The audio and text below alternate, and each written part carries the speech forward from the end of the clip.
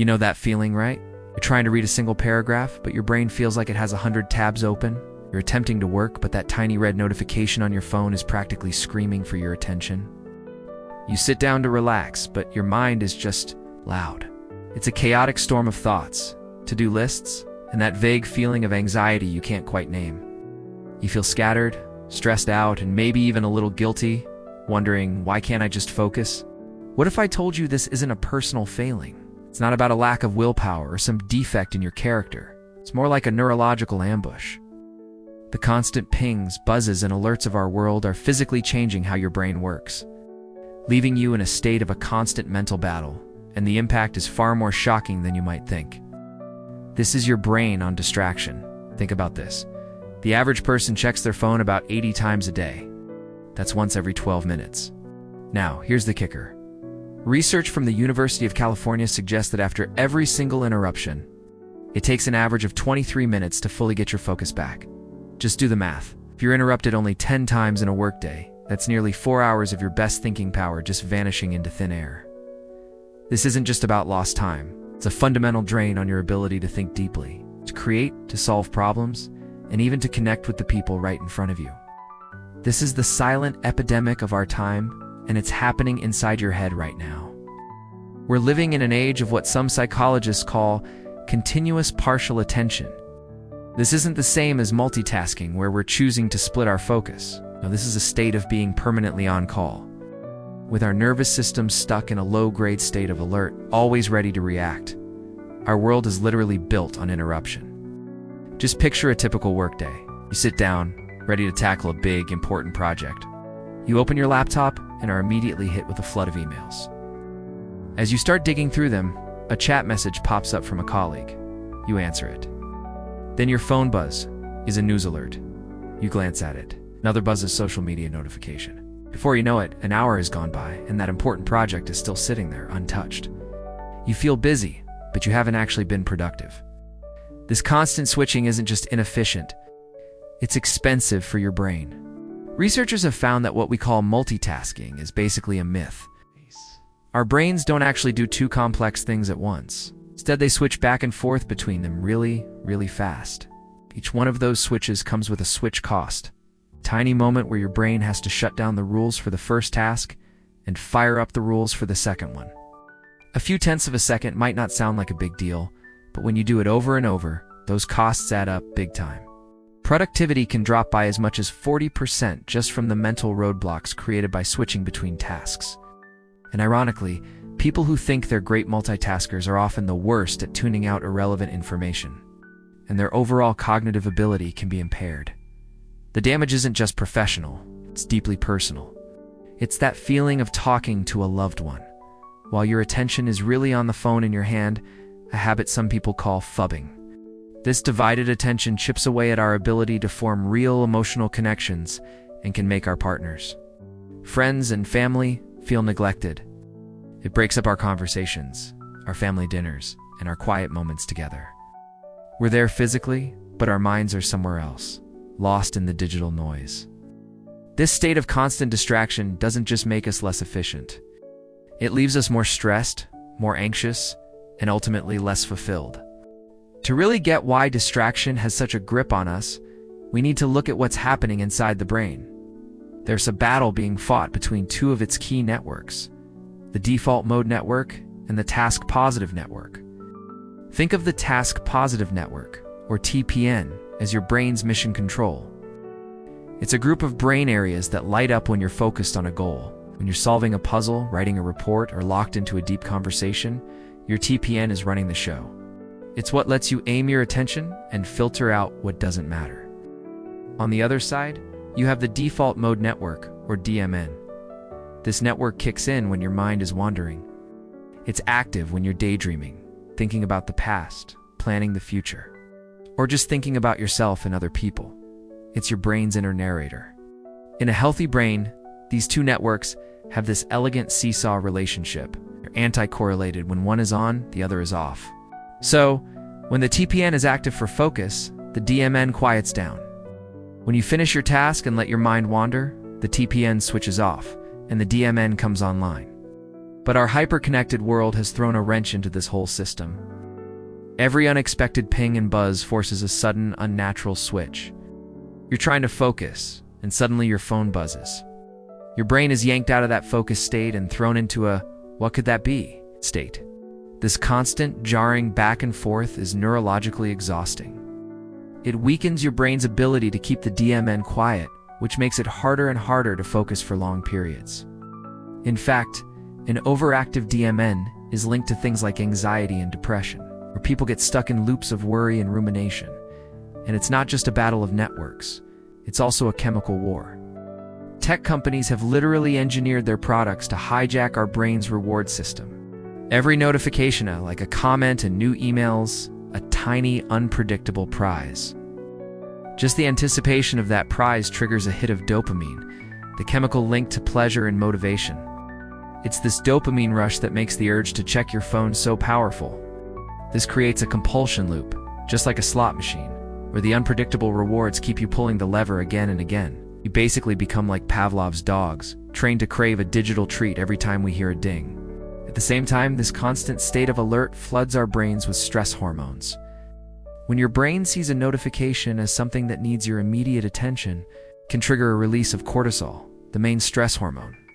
This puts you in a low-level state of fight or flight, jacking up your anxiety and contributing to long-term burnout. So you're getting a hit of addictive dopamine and a shot of stressful cortisol, often at the exact same time. It's a recipe for a brain that's both wired and tired, agitated and exhausted. This constant assault has huge consequences for our ability to learn and remember. Your brain has a limited amount of attention, a concept called cognitive load. When interruptions pile on, our ability to process information deeply gets tanked. For a memory to stick to, go from fragile short-term storage to solid long-term memory, it needs focused attention.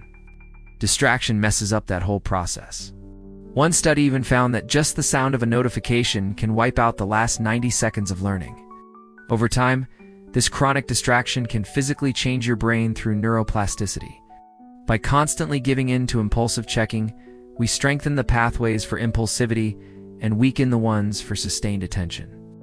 Research has even shown that heavy multitasking can be linked to less gray matter in parts of the brain, responsible for self-control. We are quite literally training our brains to be distractible. The picture I've painted is pretty grim, I know, but it's not hopeless. It's the very same neuroplasticity that allows our brains to be rewired for distraction, also allows them to be rewired for focus.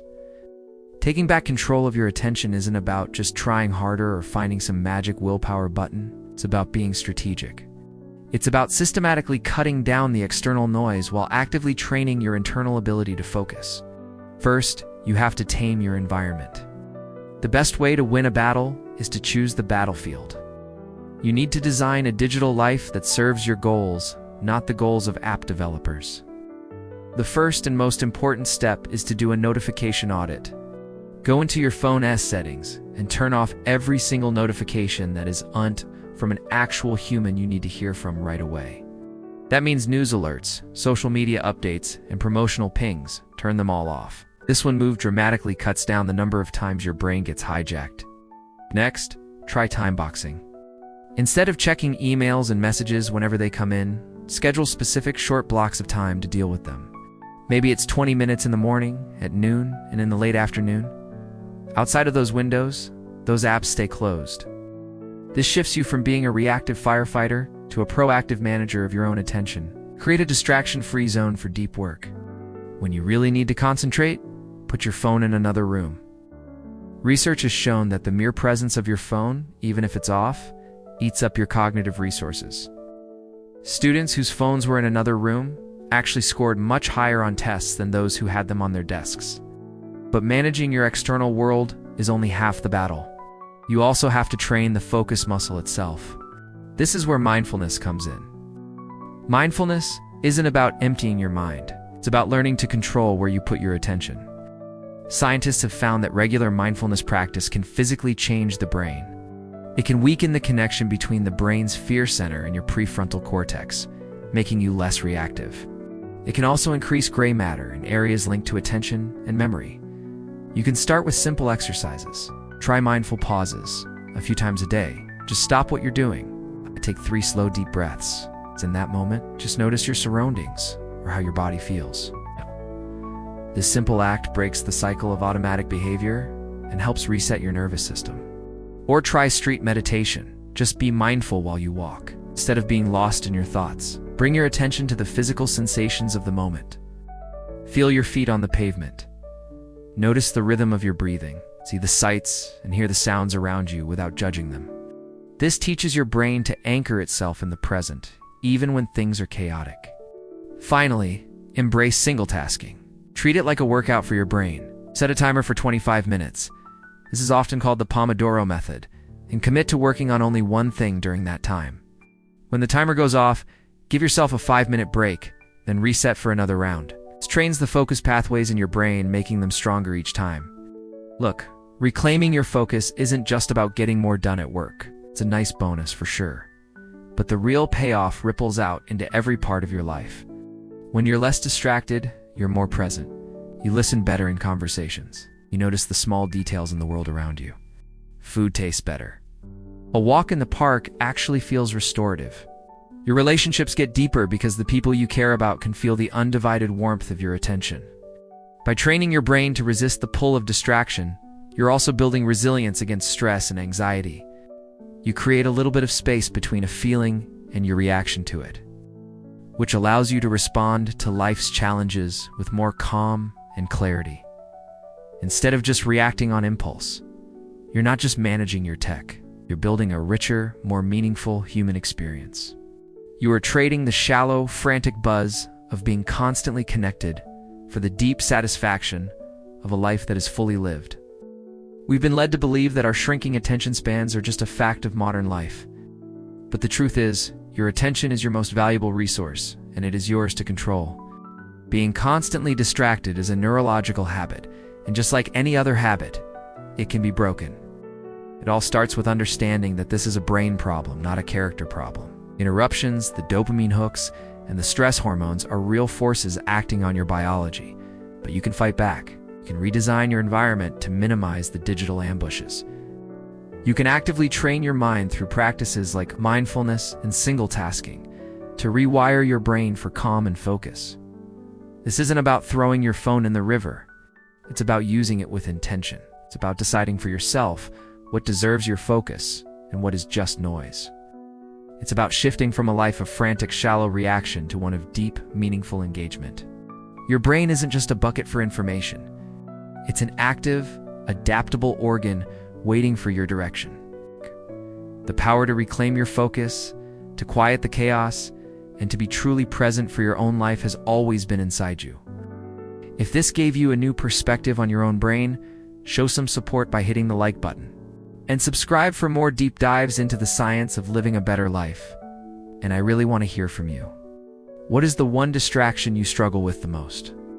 Drop it in the comments below, and let's start a conversation about how we can win this war for our attention.